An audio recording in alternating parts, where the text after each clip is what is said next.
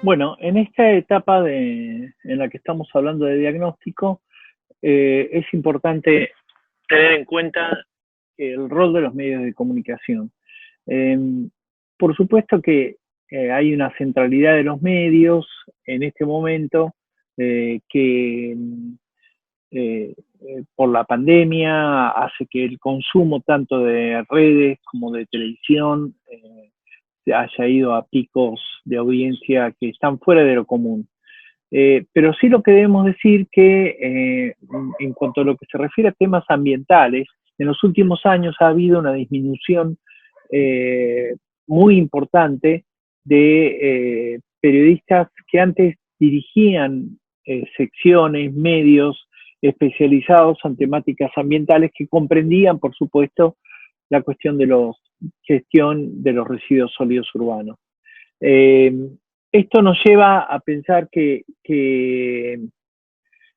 esta desaparición implica la búsqueda de nuevos lugares, porque la temática no desapareció, solamente que con el tiempo se fue diluyendo esto, hicieron algunos alumnos míos hicieron una tesis basada en esto y el impacto de las publicidades en medios ambientales y sí pudimos verificar una caída entre el 40 y el 50% de medios que en otros años existían, suplementos que existían. Casi no existen suplementos en medios ambientales y escasos programas televisivos y menos regionales. Eh, a los pequeños medios les resulta difícil subsistir debido a la concentración publicitaria en los grandes medios y cada vez hay menos periodistas independientes, ¿no? Una de las cuestiones que corroboramos este, en una de las tesis que se planteó, bueno, una compañera Ingrid, eh, fue que hubo una migración hacia posturas ideológicas de la prensa vinculada al ambiente. Era muy difícil ver en un medio de comunicación una publicidad que estuviera disociada de algunos artículos. Por ejemplo, si un medio publicitaba o publicita en una temática ambiental, bueno, por lo general después las notas tenían algo que ver ayudando a la propuesta publicitaria que se había planteado en ese momento. De todos modos, en relación a los medios, de más está decir que, eh, como decían, good news is no news y bad news son news, es decir, que las buenas noticias no son noticias y que las malas noticias forman parte del ideario de los medios de comunicación. Acá está medido porque lo hicimos durante un periodo de tiempo, un seguimiento con un equipo de investigación sobre los distintos medios y noticias con signo positiva, neutro y negativa, y nos dio que alrededor en temática ambiental fue de alrededor del 55%, casi 60% de las noticias eran noticias que tenían un impacto negativo. Entonces, bueno, eso es con lo que hay que convivir, también con la pérdida de temática vinculada a los medios ambientales, como les decía, prácticamente han desaparecido. En esta torta donde especifica, ustedes lo están viendo, técnicas científicas, profesionales, didácticas y demás, lo que queda, el 0,6%, es prácticamente donde podría estar gestión de los residuos. O sea, no existe como un tema de distintas secciones de los diarios, noticieros, redes, radio. Entonces, bueno, es como que hay que reconvertirlo, pensarlo hacia adelante, de qué manera le generamos algún tipo de interés sobre esto y pensar, vuelvo a reiterar, me van a escuchar decir esto muchas veces, disculpen la pesadez, pero es parte de mi personalidad docente, que para cada público hay un canal, y que ese canal, que sería la herramienta sobre la cual nosotros bajamos los mensajes, va a ser muy variable según la región, localidad o grupo etario o acceso a sistemas culturales de cada uno de los países. Entonces, de países, perdón, regiones, y dentro de las regiones, subregiones.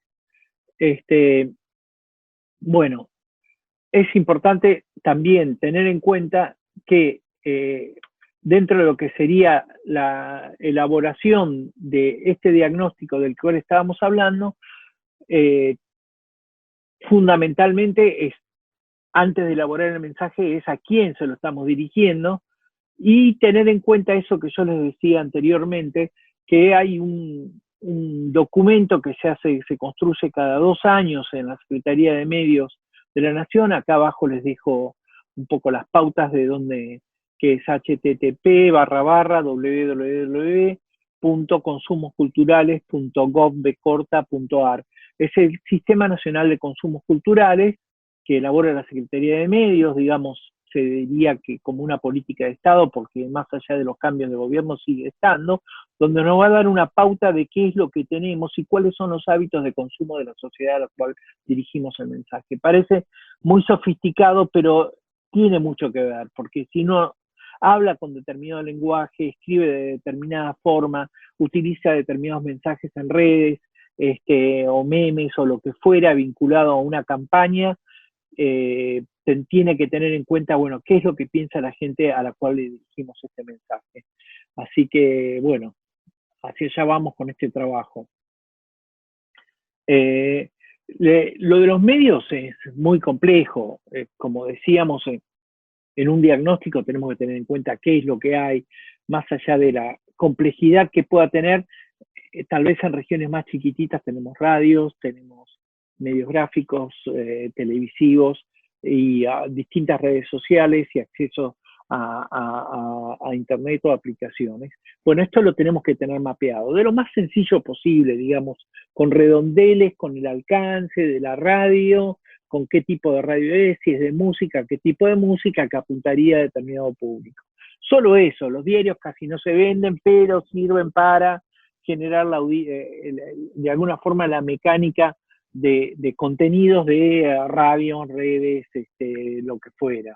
Redes sociales, bueno, la mayoría de la gente en el área rural no tiene acceso a internet, en el área urbana utilizan el Facebook o el Twitter, entonces vamos a pensar en estructurar mensajes que tienen distintos formatos, porque obviamente un mismo mensaje es distinto elaborado para radio, para televisión, para gráfica, para Twitter, para Facebook, digamos. Entonces, sería bueno que nosotros hagamos ese ejercicio y nos planteemos, por ejemplo, un mensaje corto de, vamos a ponerle lo que decíamos antes como uno de los objetivos primarios que podríamos tomarnos como eje, que sería que la gente pueda separar en origen entre residuos reciclables y residuos orgánicos. Entonces, bueno, este contenido, ¿cómo sería para televisión? Lo tiene que decir alguien. Televisión tiene la característica de que si alguien lo dice en televisión y no muestra algo en el contexto, en realidad, si, como decían algunos autores, si alguien puede estar planchando, no mirando a la tele y entender lo que pasa, no está bien armado el mensaje televisivo. Entonces, para televisión tiene que haber algo detrás de la pantalla que consolide las palabras que se están diciendo. Para radio, la radio es un medio no obliterante, con lo cual implica que nosotros tengamos armado algo como para que la gente pueda imaginarse lo que se está diciendo. En gráfica es como que hay que ponerle sonido e imágenes a las palabras, lo cual lo hace bastante más complejo. Y en medios, por supuesto que cuando hablamos de redes sociales, cada red tiene sus particularidades.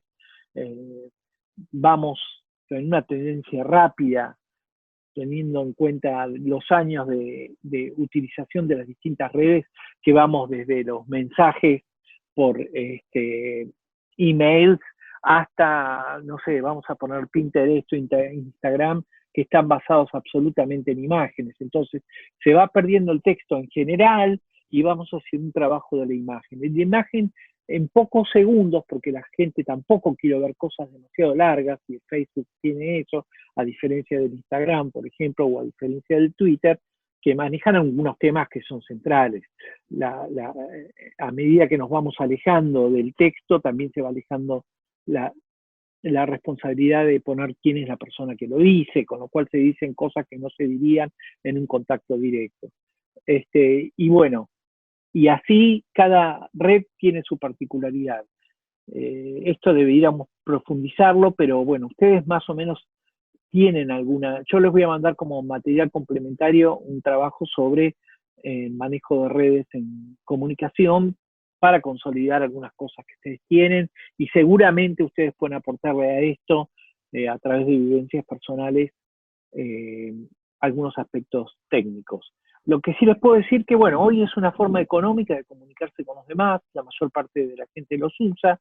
En la Argentina hay más de 48 millones de teléfonos celulares que son prácticamente computadoras en relación a lo que eran antes. Las computadoras, digamos, cuando yo empecé, una computadora tenía una memoria RAM de 42K y ahora un teléfono, qué sé yo, tiene, no sé, infinitamente más capacidad y de operación, de memoria RAM, y aparte interconectividad. Entonces, tenemos que entender que el mundo que viene, que está haciendo con respecto a este tipo de programas, muchas veces tiene que estar acompañado por redes sociales y aparte una aplicación, un aplicativo donde le deje a la gente, por ejemplo, si estamos hablando, volvamos al tema de reconversión de residuos o reconversión de la cultura de disposición de residuos en términos del hogar, bueno, reciclaje, formatos, color de la bolsa,